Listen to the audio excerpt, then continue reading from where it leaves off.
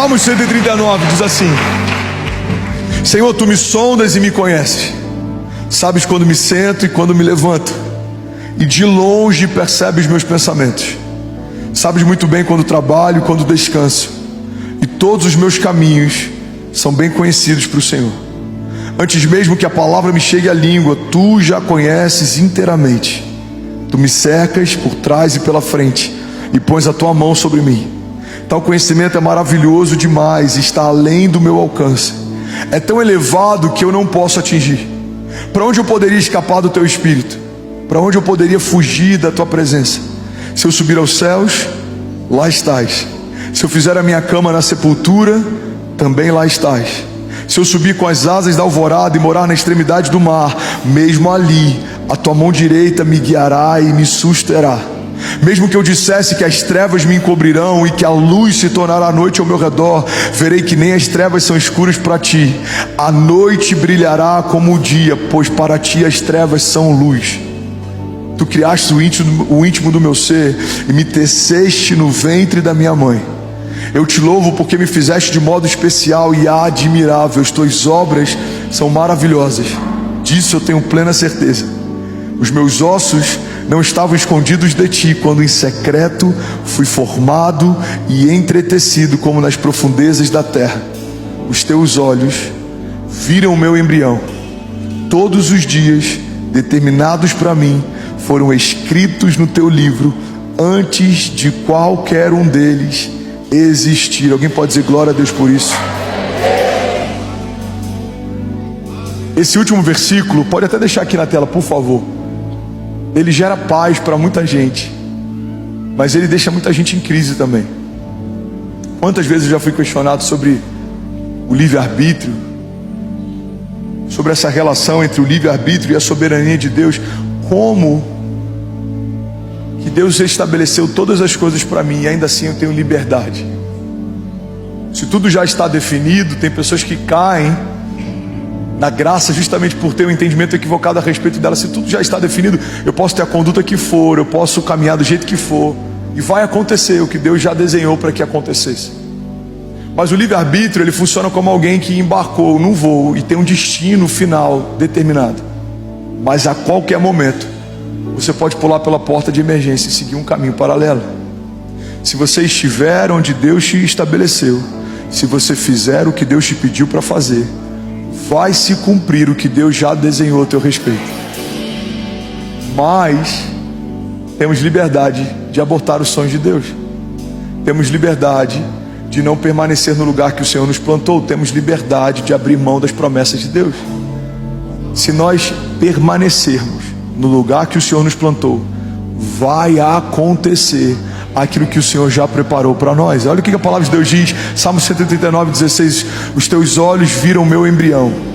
Todos os dias determinados para mim foram escritos no teu livro, antes de qualquer um deles existir.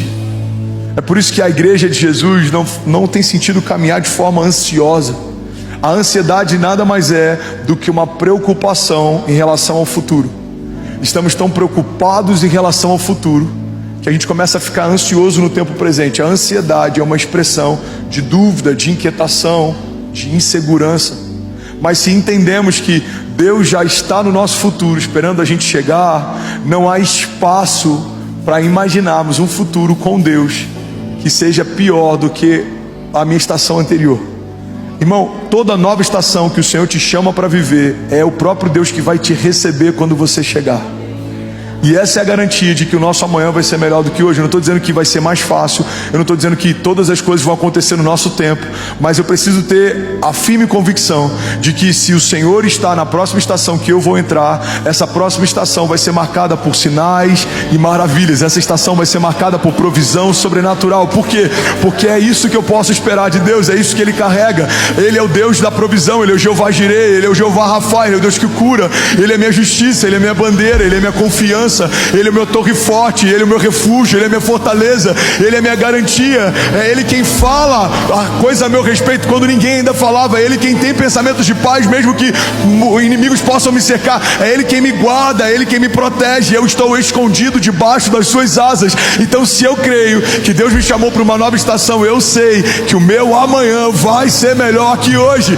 Por que, André? Porque o ano que vem vai ser melhor do que esse ano? Não, o ano que vem pode ser 10 vezes pior do que esse ano, mas o Deus que está me esperando na próxima estação não mudou, o seu caráter não mudou. Ele continua sendo bom, Ele continua sendo Pai, Ele continua sendo Deus, Ele continua tendo provisão, Ele continua tendo graça, Ele continua tendo milagres. Há alguém comigo aqui, pelo amor de Deus?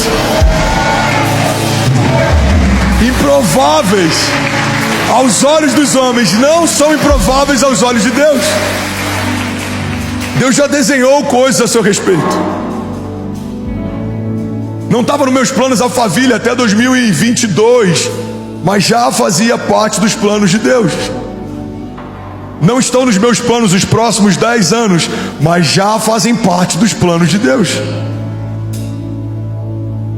O Deus que já via a Cécia antes da Cécia nascer, o Deus que já conhecia o bem antes do bem nascer, o Deus que já se relacionava com a Chloe antes da Chloe nascer. É o Deus que fez o André antes do André nascer, é o Deus que gerou a Kézia antes da Kézia nascer. Quando uma família se estabelece, é uma expressão de um projeto de Deus que já existia. Deus viu você, Deus vê você. Pega isso aqui, irmão, em nome de Jesus. Deus viu você, Deus vê você. Agora, improváveis precisam aprender a lidar com dores de crescimento. Improváveis precisam lidar com indiferença. Todo improvável ele é subjugado. Todo improvável, em muitos momentos, ele é deixado de lado. Ele enfrenta momentos de invisibilidade. Ele enfrenta momentos de indiferença. Ele enfrenta momentos de comparação. Só que se você pegar uma semente, você vai perceber que a estação mais poderosa que uma semente vive é uma estação de invisibilidade. Quando a gente planta uma semente na terra e a gente não consegue mais enxergá-la, é nesse lugar que uma explosão vai acontecer. Tudo que acontece com uma floresta, um dia passou por uma estação de invisibilidade, quando aquilo tudo era apenas uma semente. Tudo que está sendo gerado em secreto, em algum momento se torna público. Tudo que Deus está falando com você quando ninguém ouve, em algum momento Ele vai falar a teu respeito para que todos possam ouvir. Jesus, quando é batizado, uma voz do alto diz: esse é o meu filho em quem eu tenho o meu prazer. Aquilo que ele ouvia no seu íntimo, agora toda a criação ouve. Você está comigo? Diga amém. Então entenda isso, ser o improvável de Deus significa enfrentar estações de indiferença na terra. Os irmãos de José não achavam o máximo os sonhos de José. Os irmãos de Davi não acharam o máximo a unção de Davi. A família de Abraão não achou o máximo o chamado de Abraão. Se você é improvável, entenda, não são só flores. Existe uma graça sobrenatural sobre aqueles que decidem viver a vontade de Deus. Mas tudo se levanta para fazer você desistir daquilo que Deus chamou para viver. Enfrentaremos indiferença como Noé enfrentou. Uma das frases que eu mais amo: todos achavam Noé estúpido até as primeiras gotas de chuva caírem. Um homem louco construindo algo sem sentido, até que um dia aconteceu o que Deus disse que aconteceria. A gente vai ter que enfrentar indiferença como Noé, a gente vai ter que enfrentar injustiça como José, a gente vai ter que enfrentar levante como Davi. Em um momento Davi está tocando a harpa para que o rei durma, em outro momento ele está sendo perseguido pelo rei em meio a desertos. Improváveis não são livrados por Deus dos processos, mas são guardados por Deus no meio das batalhas. Deus não vai necessariamente te livrar de um deserto, mas Ele vai te livrar no deserto. Deus não vai necessariamente te livrar de uma tempestade, mas Ele vai te livrar na tempestade. Deus não vai necessariamente te livrar de um gigante, mas Ele vai te livrar na presença do gigante. Prováveis de Deus não são homens que são isentos das crises, dos processos. Não, pelo contrário. Deus sempre usa homens marcados para marcar. Deus sempre usa homens que foram feridos e sarados para sarar. Deus sempre usa homens que foram quebrados e restaurados para restaurar. Porque as suas cicatrizes te dão a autoridade para ministrar sobre o outro.